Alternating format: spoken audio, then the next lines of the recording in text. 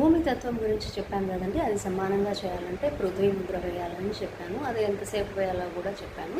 ఇప్పుడు దాని పైన ఉన్నది అంటే బేసిక్ చక్ర పైన ఉన్నది స్వాదిష్టాన చక్రము.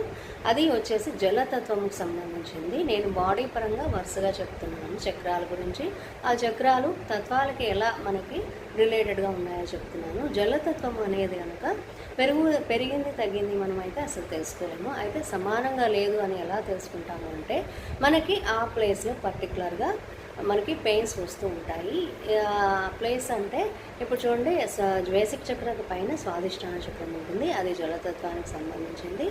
ఆ ప్లేస్లో అంటే మనకి నడుము నొప్పి రావడం కానీ, లేదా కడుపులో నొప్పిగా ఉండటము, లేదా కిడ్నీ ఇన్ఫెక్షన్స్, యూరిన్ ఇన్ఫెక్షన్స్ ఇట్లాంటివన్నీ కూడా వస్తూ ఉంటాయి.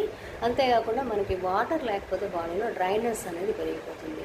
ఇది కూడా మనకి జలతత్వం సమానంగా లేకపోవడానికి సంబంధించింది.